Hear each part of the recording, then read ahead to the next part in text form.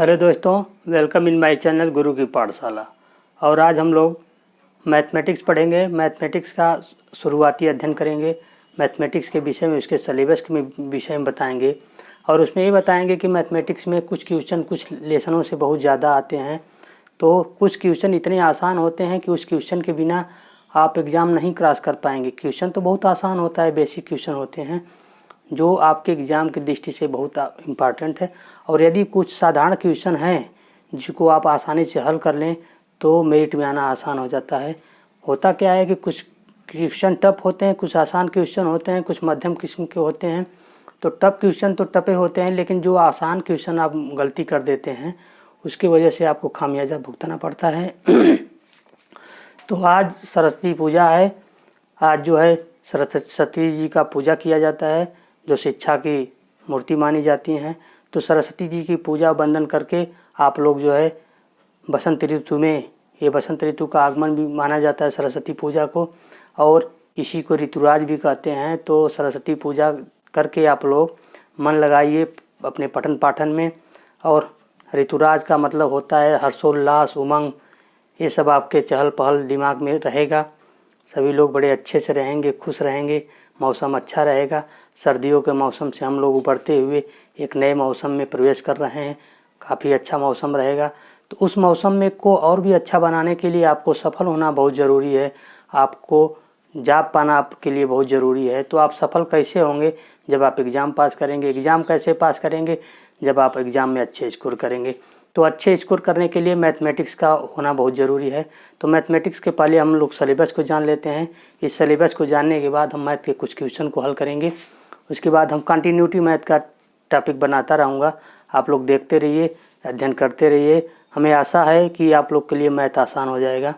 और आइए शुरू करते हैं। सिलेबस में क्या है मैथमेटिक्स में? देखिए, नंबर सिस्टम, सिंप्लीफिकेशन मतलब सरलीकरण होता है, फ्रैक्शन माने भिन्न होता है।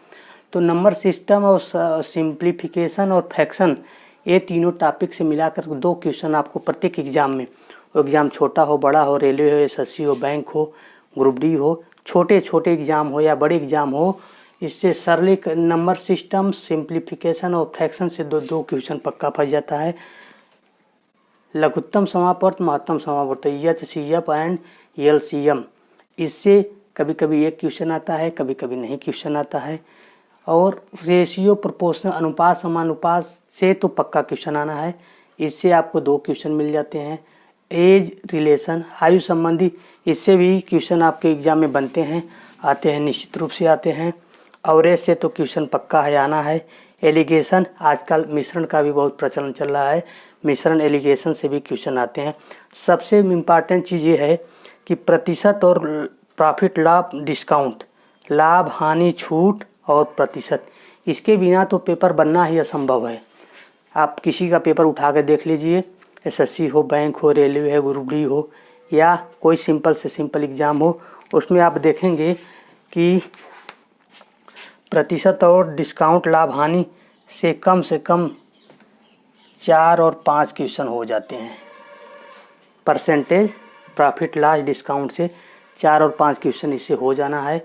और इस समय एवरेज, औसत और एलिगेशन, इससे भी एक या दो क्वेश्चन अक्सर हर पेपर में एक या दो क्वेश्चन पूछे जा रहे हैं। और आइए देखते हैं वर्ग, वर्गमूल, square, square root, cube, cube root, वर्गमूल और घनमूल। वर्गमूल और घनमूल से भी क्वेश्चन आते हैं, लेकिन इससे आपको दोनों से मिला के एक क्वेश्चन बन सकते हैं। घातांक से क्वेश्चन आपको मिलेंगे, घातांक करने से 2 क्वेश्चन। टाइम और वर्क से तो पक्का है, फिक्स है कि आपको 2 क्वेश्चन मिलेंगे।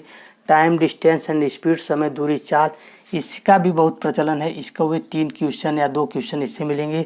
और रेलगाड़ी को भी इसी में जोड़ लीजिए। टाइम, डिस्टेंस, स्पीड और ट्रेन, रेलगाड़ी, इससे आपको 3 क्वेश्चन। तो सबसे ज़्यादा क्वेश्चन बनने की चांस क्या हो रहा है? Time and distance and speed, time, distance और स्पीड, इससे और ट्रेन संबंधी से मिलाकर के 3 क्वेश्चन बनने के चांस है। और प्रॉफिट, लाभ और परसेंटेज से 4 और 5 क्वेश्चन आ रहे हैं। तो सबसे ज़्यादा इम्पॉर्टेंट तो सब है आपके लिए। नंबर सिस्टम भी ये कहना कठिन हो जाएगा कि यही आपको एग्ज़ाम में आएगा, लेकिन ये एनालिसिस किया जा रहा है सलेबसों का और एग्ज़ाम के जो पेपर आते हैं उसके क्वेश्चन को मिला करके देखा जाएगा, औसत देखा जाए तो प्रतिशत एंड प्रॉफिट लॉस डिस्काउंट इससे 4 और 5 क्वेश्चन बन रहे हैं। उसके बाद time distance and speed train, इससे 3 क्वेश्चन, 2 क्वेश्चन, कभी कभी 4 क्वेश्चन भी हो जाएंगे। एरिया वॉल्यूम से भी आपको 2 क्वेश्चन मिलते हैं, इससे आपको 2 क्वेश्चन मिलते हैं।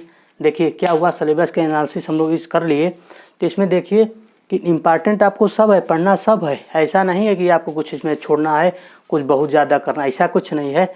संख्या पद्धति, सरलीकरण और भिन्न, ये तीनों को मिला करके आपको 2 क्वेश्चन 3 क्वेश्चन इससे मिल जाएंगे।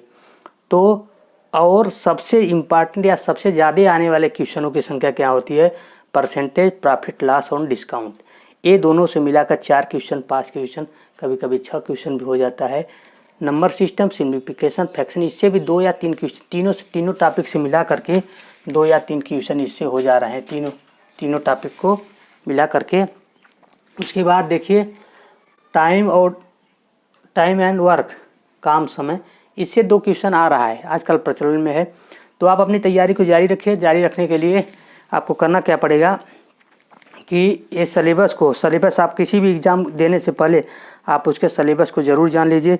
ये मैथमेटिक्स के बेसिक सिलेबस हैं, इसके अतिरिक्त भी कुछ एडवांस मैथमेटिक्स के भी सिलेबस हैं, लेकिन हम आपको मैथमेटिक्स के बेसिक सिलेबस को एकदम 0 to हीरो, हम 0 शुरू करेंगे, एकदम आसान से शुरू करेंगे, उसके बाद आगे बढ़ता जाएंगे और आपका कंप्लीट मैथमेटिक्स का सलूशन मैं आपको दूंगा। आइए कुछ क्वेश्चन को करते हैं। पहला क्वेश्चन है,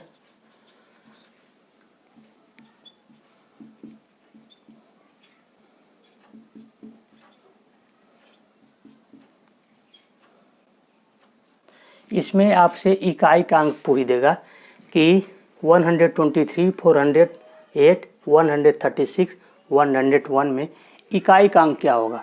तो इकाई का अंक ज्ञात करने के लिए हम लोग क्या करते हैं, सबसे पहले इसका इकाई का अंक का मल्टीप्लिकेशन कर देते हैं और इकाई का अंक निकाल लेते हैं। तो क्या हुआ, 3 × 4 × 6 × 1, गुणा कर दीजिए, कितना होगा 144। तो इसमें इकाई का अंक क्या होगा, 4 हो गया, आंसर क्या होगा 4। आइए दूसरा क्वेश्चन करते हैं, क्या होगा। तो इसमें इकाई का अंक क्या होगा, तो इकाई का अंक जानने के लिए क्या करेंगे, गुणा कर देंगे, 1 × 6 × 0 × 5। तो देखिए इसका गुणा करके जो आएगा वो हमारा होगा आंसर। और देखिए ये चीज़ इसमें आप ध्यान रखिए, किसी संख्या में 0 का गुणा करने पर मल्टीप्लिकेशन 0 हमेशा आता है। तो इसमें देखिए ऐसे ही इसमें 0 है, तो 0 जब किसी संख्या में गुणा करेंगे तो 0 ही आएगा। तो इसका ये गुणा किए बिना ही आप इसका आंसर लिख देंगे 0। आगे क्वेश्चन देखिए, अगला है 476 पावर 47। जब घातांक होता है, पावर पे पावर होता है, तो इसका इकाई का अंक ज्ञात करने के लिए इसका में इकाई का अंक ज्ञात कीजिए। तो इसमें इकाई का अंक ज्ञात करने के लिए क्या करेंगे, इसमें देखिए 476 पे 47 पावर है, इसका मतलब हुआ 476 का 47 बार मल्टीप्लिकेशन। तो ऐसे क्वेश्चन के लिए आप मल्टीप्लिकेशन नहीं करेंगे, ऐसे क्वेश्चन के लिए सीधे 47 में आप इसको 4 से डिवाइड कर देंगे। तो देखिए कितना आएगा 7 4 3 आएगा। तो जितना रिमाइंडर बचता है इसका उतनी बार आप गुणा कर दीजिए, 6 का उतनी बार आप गुणा कर दीजिए। रिमाइंडर कितना बचा 6, तो 6 का आप 3 बार गुणा कर दीजिए। तो कितना आ जाएगा 6 के 36 × 6, 6 के 36, आ गया कितना 6। इकाई का अंक कितना आ गया 6 का इकाई का अंक क्या आ गया, जितना रिमाइंडर बचता है उतना बार 6 का मल्टीपल कर देंगे, इकाई के अंक का मल्टीपल कर देंगे, वहीं इकाई का अंक हो गया। आगे क्वेश्चन देखिए, ये देखते हैं क्वेश्चन अगला,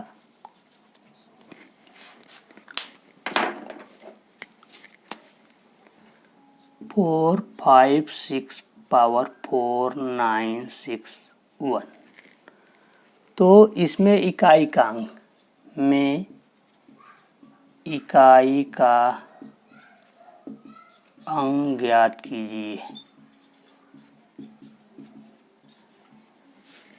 तो 456 पे 4961 पावर है, घातांक है। तो इसमें हम लोग को इकाई का अंक ज्ञात करना है कि इसमें इकाई का अंक क्या आएगा। तो सबसे पहले क्या करेंगे, मैं क्या बताया हूँ, इसको डिवाइड कर देंगे 4 से। 4961 को डिवाइड कर देंगे 4 से। डिवाइड कर दीजिए 4 9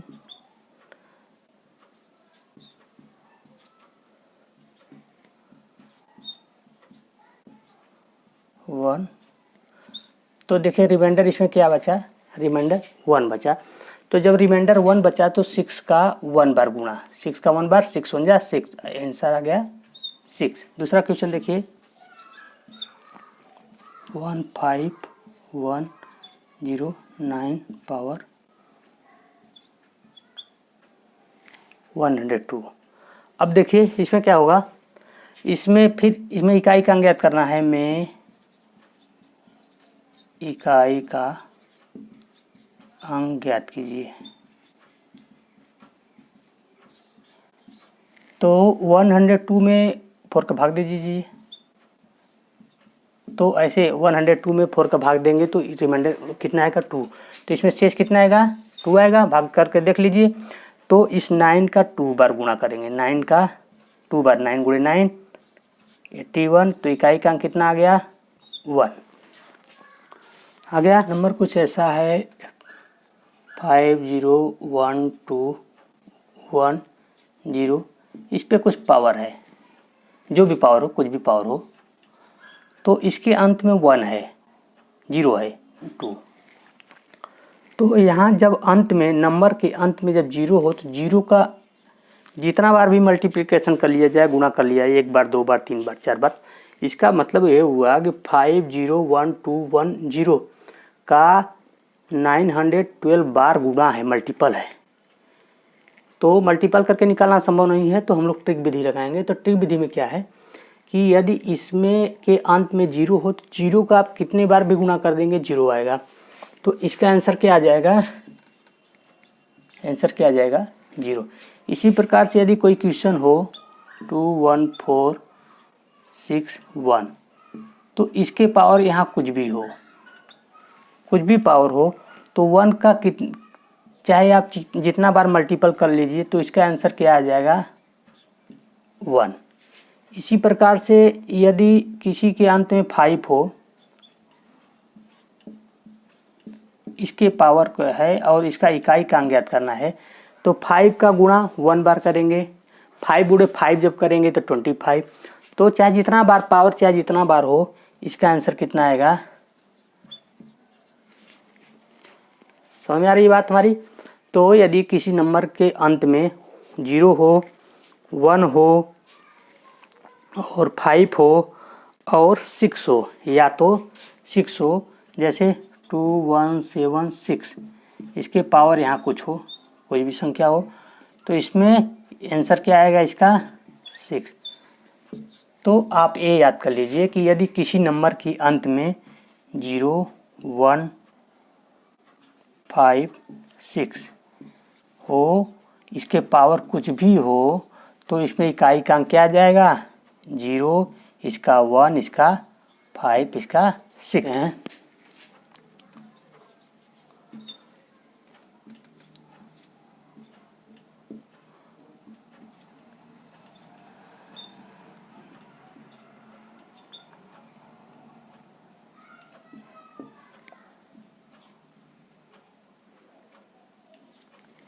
देखिए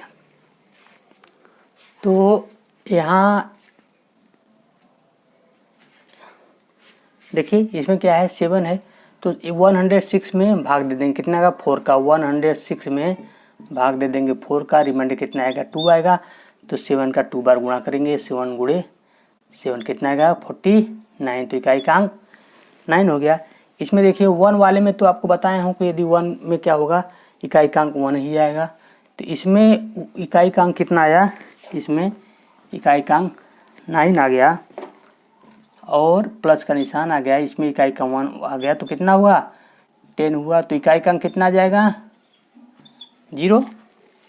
तो इस प्रकार के क्वेश्चन का हम लोग अभ्यास करेंगे और अभ्यास करने के बाद देखिए इस प्रकार के क्वेश्चन को, यदि किसी संख्या में 90 से भाग देने पर शेषफल 23 बचता है तो उसी संख्या में 18 से भाग देने पर शेषफल क्या बचेगा। इस प्रकार के क्वेश्चन को आप लोग भाग नहीं देंगे, कुछ नहीं करेंगे, ये देखिए कि इसका ए मल्टीपल है कि नहीं। तो इसका ए मल्टीपल है 18 25 90।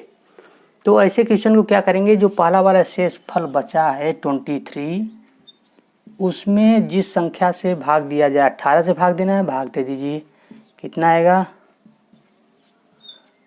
5। तो शेषफल कितना आएगा 5 आएगा।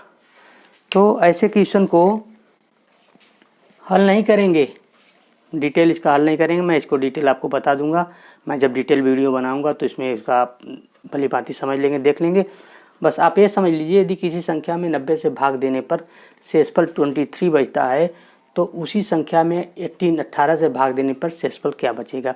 ऐसे क्वेश्चन को हल करने के लिए आपको जो पहला वाला शेष बचा है उसी में सेकंड वाले से भाग दे दीजिए, जो शेषफल आएगा वहीं उसका शेष होगा। अगला क्वेश्चन देखिए, संख्या में 130 से भाग देने पर 85 शेष बचता है तो उसी संख्या में 65 से भाग देने पर शेषफल क्या बचेगा। तो पहला वाला शेष कितना है 85, किससे भाग देना है 65 से, भाग दे दीजिए, कितना बचेगा 20। यही आपका आ जाएगा आंसर। आइए कुछ और क्वेश्चन देखते हैं। 10 मित्र एक दूसरे से कितनी बार हाथ मिलाएंगे। देखिए 10 मित्र हैं, एक दूसरे से हाथ मिलाना है, हाथ को रिपीट नहीं करना है, बस एक दूसरे से हाथ मिलाना है। तो कितनी बार हाथ मिलाएंगे। ऐसे क्वेश्चन को लगाने के लिए एक ट्रिक है, n(n-1/2).